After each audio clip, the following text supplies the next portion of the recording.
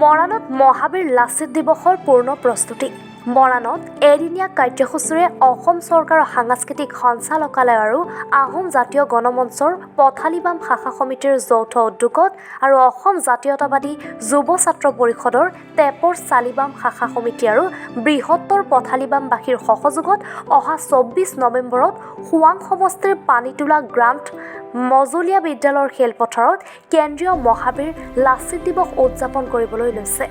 আজি খোৱাং সমষ্টিৰ বিধায়ক চক্ৰধৰ গগৈয়ে মঞ্চস্থলী পৰিদৰ্শন কৰি প্ৰস্তুতিৰ বুজ লয়। কাৰ্যসূচীৰ লগত সংগতি ৰাখি বিভিন্ন ধৰণৰ প্ৰতিযোগিতা অনুষ্ঠিত কৰা হ'ব। নিশালৈ আমন্ত্ৰিত শিল্পীৰ দ্বাৰা সাংস্কৃতিক অনুষ্ঠান অনুষ্ঠিত কৰা হ'ব। 12ৰহণীয়া সাংস্কৃতিক শোভাযাত্ৰাত অংশগ্ৰহণ কৰিব কেন্দ্ৰীয় মন্ত্ৰী পবিত্ৰ মাৰ্ঘেৰিটা।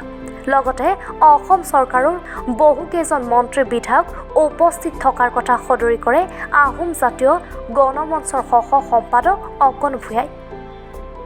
জাতি ধৰ্ম বৰ্ণ নিৰ্বিশেষে সকলো ৰাইজৰ উপস্থিতি কামনা কৰিছে উদ্যোক্তা সমিতিয়ে। হয়, ইতিমধ্যে এটা পবিত্ৰ দিন আহি পাইছেহি। আপোনালোকে জানে যে যিগৰাকী মহান মহাবীৰে ১৭বাৰ অসম আক্ৰমণ কৰা মোগলক শৰাইঘাট যুদ্ধত পৰাস্ত কৰি অসমীয়া জাতিটোক স্বাধীন জাতি হিচাপে বিশ্বৰ মানচিত্ৰত সোণালী আখৰে লিপিবদ্ধ কৰি থৈ গৈছে। অসমীয়া জাতিটোক স্বাধীন জাতি হিচাপে প্ৰতিষ্ঠা কৰি থৈ যোৱা সেইগৰাকী মহান মহাবীৰ হ'ল আহোমেনা সেনাপতি মহাবীৰ লাচিত বৰফুকন। আৰু এই লাচিত বৰফুকনৰ অহা ২৪ নৱেম্বৰত কেন্দ্ৰীয়ভাৱে অসম চৰকাৰৰ সাংস্কৃতিক পৰিক্ৰমা বিভাগ আৰু আহোম জাতীয় গণমঞ্চৰ যুটীয়া উদ্যোগত ডিব্ৰুগড় জিলাৰ প্ৰশাসন আৰু বৃহত্তৰ পথালিবাম ৰাইজৰ সহযোগত এদিনীয়া কাৰ্যসূচীৰে আমি আয়োজন কৰিছোঁ। বিভিন্ন ধৰণৰ কাৰ্যসূচী হাতত লোৱা হৈছে। ৰাতিপুৱা শোভাযাত্ৰা আছে, সাংস্কৃতিক বিভিন্ন ঠাইৰ পৰা বিভিন্ন জনগোষ্ঠীয় সাংস্কৃতিক দলসমূহ আহিব, পিঠাপনা আছে, প্ৰদৰ্শন আছে। সন্ধিয়ালৈ আমাৰ মেকবেথৰ যিখন নাটকখন তাত দেখুওৱা হ'ব। নিশালৈ সাংস্কৃতিক অনুষ্ঠান আছে আৰু কেইবাজনো ব্যক্তি সাংস্কৃতিক পৰিক্ৰমা বিভাগৰ অসম চৰকাৰৰ কেবিনেট মন্ত্ৰী বিমল বৰা ডাঙৰীয়া, অসম চৰকাৰৰ কেবিনেট মন্ত্ৰী যোগেন মোহন ডাঙৰীয়া, ডিমৌ সমষ্টি সন্মানীয় বিধায়ক সুশান্ত বৰগোহাঁই, কেন্দ্ৰীয় মন্ত্ৰী সৰ্বানন্দ সোণোৱাল ডাঙৰীয়া। শোভাযাত্ৰাত অংশগ্ৰহণ কৰিব কেন্দ্ৰীয় মন্ত্ৰী পবিত্ৰ মাৰ্ঘেৰিটা ডাঙৰীয়া। গতিকে প্ৰায় আমাৰ চৰকাৰী যিখিনি উচ্চপদস্থ বিষয়া তেওঁলোকে উপস্থিত থাকিব। গতিকে আপোনালোকৰ সংবাদ মাধ্যমৰ যোগেদি এটাই আহ্বান জনাইছোঁ, সকলোৱে সহযোগিতা আমি কামনা বিচাৰিছোঁ। যিগৰাকী মহান মহাবীৰে অসমীয়া জাতিটোক স্বাধীন জাতি হিচাপে প্ৰতিষ্ঠা কৰি গ'ল, বিশ্বৰ মানচিত্ৰত সোণালী আখৰে লিপিবদ্ধ কৰি থৈ গ'ল, সেই দিনটোত যাতে সকলোৰে সহযোগিতাৰে আমি যাতে অনুষ্ঠানটো সাফল্যমণ্ডিত কৰিব পাৰোঁ। গতিকে আপোনালোকৰ সংবাদ মাধ্যমৰ যোগেদি সকলোকে বিনম্ৰভাৱে অনুৰোধ জনাইছোঁ। আৰু ইতিমধ্যে আমাৰ যিগৰাকী স্থানীয় বিধায়ক চক্ৰধৰ গগৈ ডাঙৰীয়া, তেখেতে নিৰীক্ষণ কৰি আছে।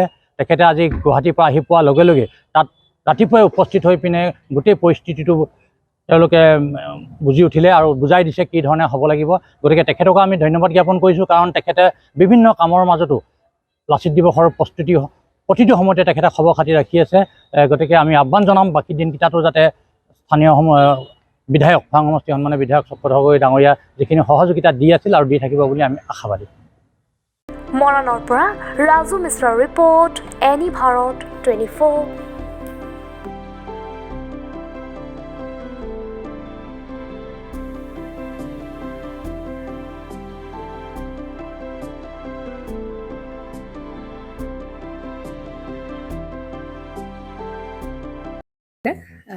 জুবিন গাৰ্গৰ গীতসমূহৰ ওপৰত আধাৰিত গানে কি আনে নামৰ এটা সুন্দৰ অনুষ্ঠান আপোনালোকৰ ওচৰলৈ আহি আছে অতি শীঘ্ৰে। অহা 15 আগষ্টৰ পৰা ধেমাজিৰ পৰা প্ৰথম অডিশ্যন আৰম্ভ হ'ব আৰু সেই অডিশ্যনৰ যোগেদি বিভিন্ন কণ্ঠশিল্পীসকলে যিসকলে এই অনুষ্ঠানত যোগদান কৰিব বিচাৰে তেওঁলোকে এই অডিশ্যনৰ যোগেদি আগবাঢ়ি আহক। আৰু জুবিন গাৰ্গৰ বহুত ভাল লগা গান আমি সদায় শুনি আহোঁ। আৰু আপোনালোকৰ যদি ভাল লগা গান থাকে জুবিন গাৰ্গৰ আপোনালোকে গাই ভাল পায় তেন্তে অডিশ্যনত যোগদান কৰক। মোৰ ফালৰ পৰা আন্তৰিক শুভকামনা থাকিল এই সম্পূৰ্ণ অনুষ্ঠানটোলৈ। ধন্যবাদ।